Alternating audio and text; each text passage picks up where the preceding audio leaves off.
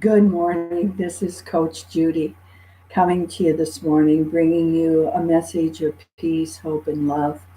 Message and an invitation for us each to move to a place where we can have peace within, to where then we can pass peace on to others.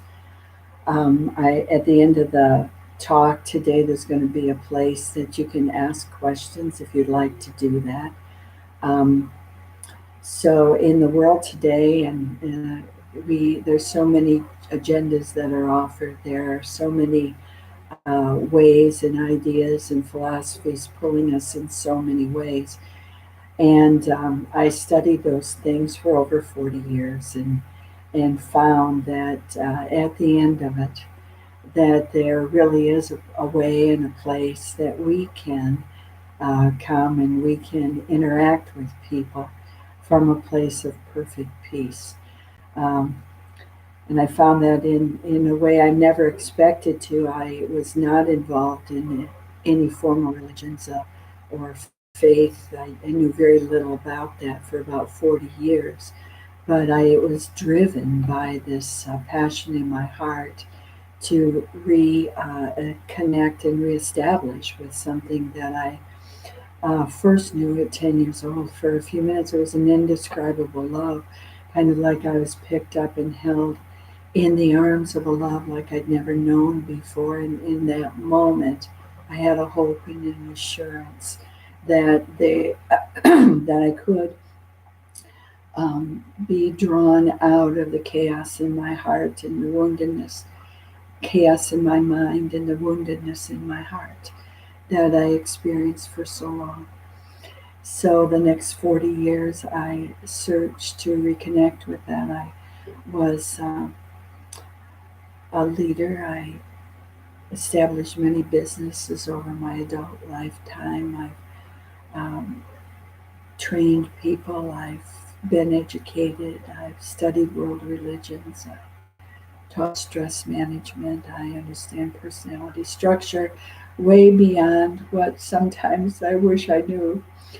But it was through that understanding, deep understanding of how we are wired as people, that I concluded that there's got to be more than this. Because one of the processes that I was teaching, I was able to talk with people, and within a couple of sentences, I could hear exactly how their belief system, their thoughts, their sentence down to the sentence structures, how they would turn away from peace, but turn to the chaos and the seductions of their mind and the world, and especially the habits and the patterns that were created very early in life. And unless we're trained in these things, we don't even know. We just stay in the mess of life and watch the merry-go-round go round and round. Well, I'm here to tell you that we don't have to do that. We can discover that there is a God of love, and I'm not talking about a religious, angry, far off, punishing, condemning, critical God who so many have molded their lives after and called that God. And I'm talking about the God who is at the foundation is love, the God who is creative and is able to turn everything on a dime, the God that does not operate in the same timeline that we do as man, but knows everything all the time. I um, am convinced of this for the journey that I took about 8 years ago after my mom passed. I cried out to this God and reminded him. He said we could remind him of his word. And the word, the Bible says that God has a plan for me, and the plan is good, and it's a plan to prosper me. God says that when I call on him, he will answer. God says that I have not because I ask not. I was very, very curious about what all of that meant. And because I understood the, excuse me, the ways of mankind so deeply and so thoroughly and understood all of the seductions that pull us off from a path of love. I became passionate about discovering what this meant. So I was bold enough. I typically would never have been bold enough to approach a God that I couldn't see, especially thinking he was mean and angry at me. But one day I just said it, I want to know the plan that you have for me. And it wasn't long after that I started hearing these, what are now known as prayons, their prayers and their poems, that really I've since seen that they are stories that start with man's understanding, and then before the end of them move into the God saying to us and showing us that I still am the answer. I am love and I am all knowing, and the plan I have for you is good.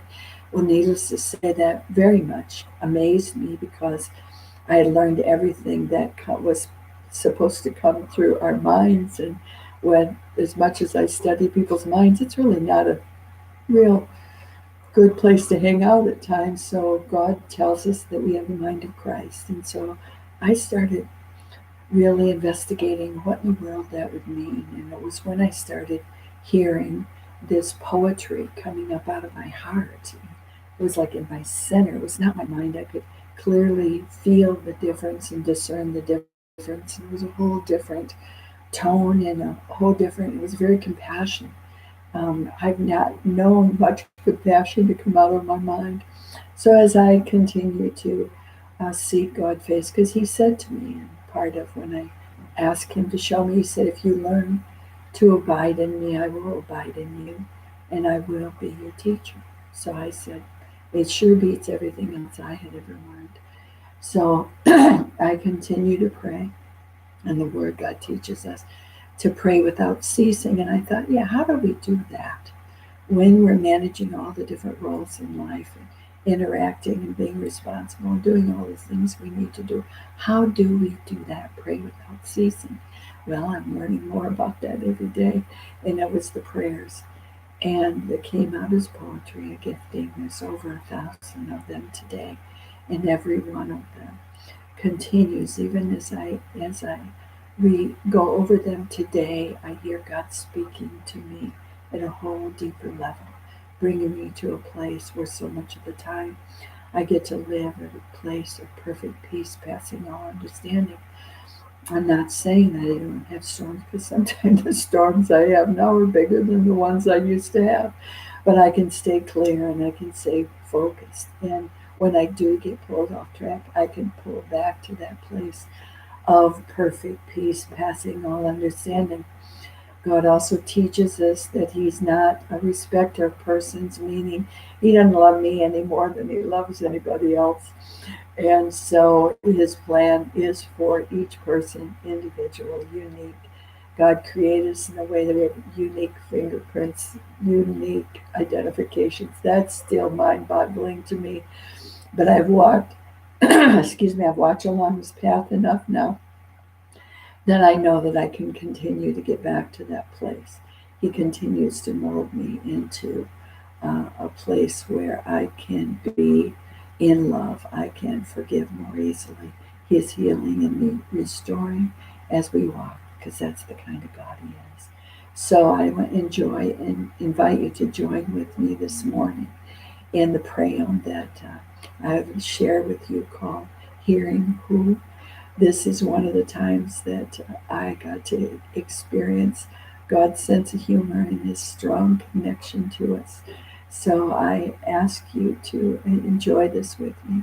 And as we go through it, think about not just where you can store it in your mind, but think about how you can listen to Holy Spirit and apply this to your life and allow him to do what only God can do. So the name of the prayer was called Hearing Who. What is that we are hearing? Yes, that mumbling within. It sounds oh so familiar. Let understanding begin.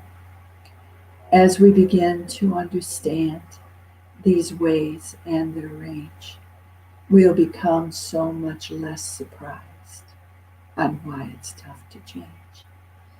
Though our eyes sometimes focus on lips moving as we share, our minds often are disengaged with what's going on out there. When you sometimes feel a disconnect, more often not, you'll be correct. For the way the process often goes, we listen in, not out. And it shows. Just try a game of telephone. A message started just by one. And by the time it gets around, the original message can't be found. What happened? Oh, where did it go? Through many minds, it goes to show. We listen for what we think we'll hear. We spit it out, and then, oh dear. We love being right, without a doubt. So we argue and we compete. We intimidate and then we shout. Dig in our heels. No, no retreat. And if we are another way, we hear within our heads, it must be me. I must be wrong. Just step on me. I'm not so strong. Well, whichever of these ways we are, notice that we don't go far.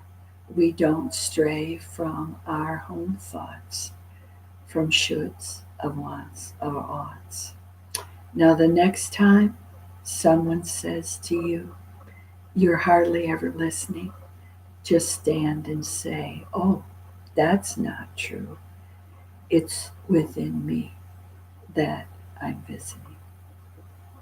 Yes, this whole study about listening is such a fascinating thing because in my years of study, when I discovered that mostly the patterns that we live are set by the time we're 5, and pretty much all our major decisions are in place by the time we're 8. So we just become a repeat and a recording of those positions throughout our lifetime unless we get to the place where we know God. There are many things that change, help change us temporarily, but there's a process that we can go to the living God, commune with Him, and have God do what only God can do, and help us not only save us from the chaos of our lives, but can heal and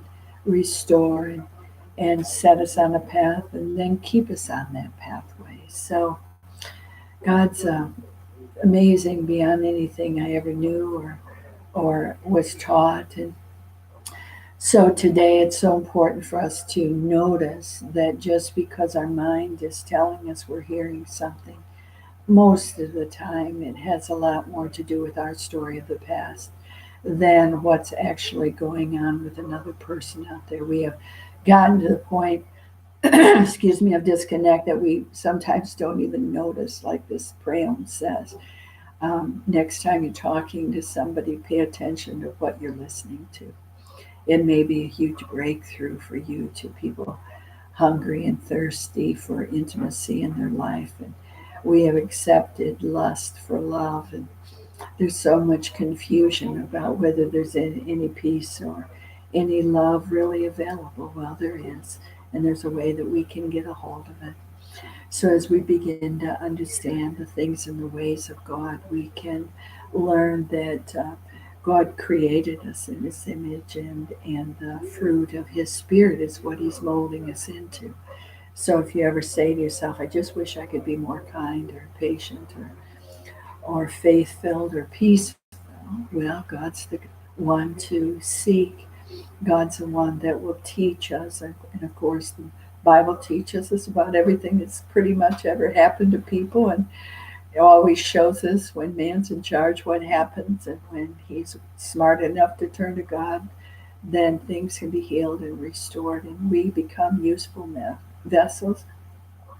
God also teaches us that He is a potter and we're the clay. So if we allow the one that spoke it all, created the earth in His love, who wouldn't want to be molded by that when we compare that to what we're molded by with the agendas of division and destruction out there in our lives. So we do have a choice. We can choose life or death. We can choose life, and we can choose it abundantly.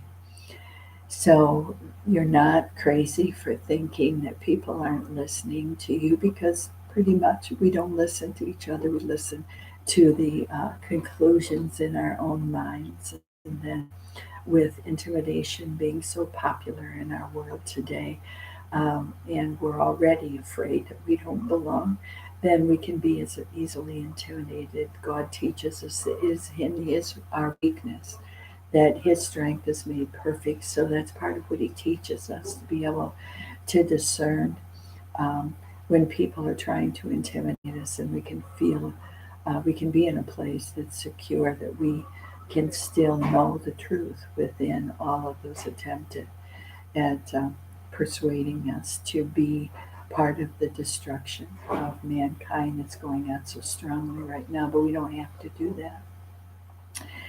And so, part of what went in this one verse where it says we love being right without a doubt. Well, that seems to be the chosen identity of so many people, and character assassination is used to intimidate and have other people think we're right. Well, when there's a power of love in the background that can create all things, I've found that it's a lot wiser to choose love and discover a lot more about what that is, because God teaches us, He goes before us, and He is our rear guard.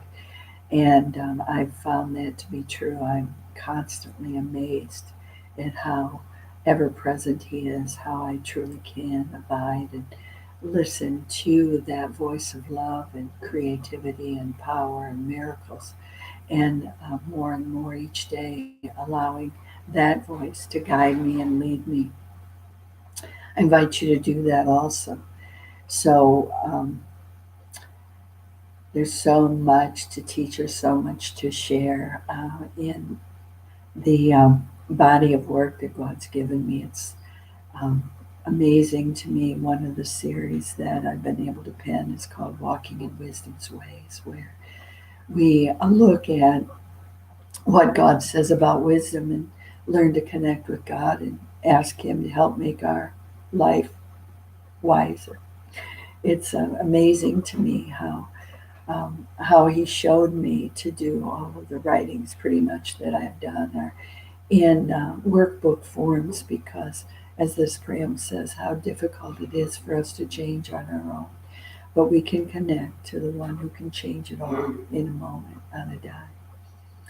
So it's wise to be able to connect to that. And then there's a series called Pathways.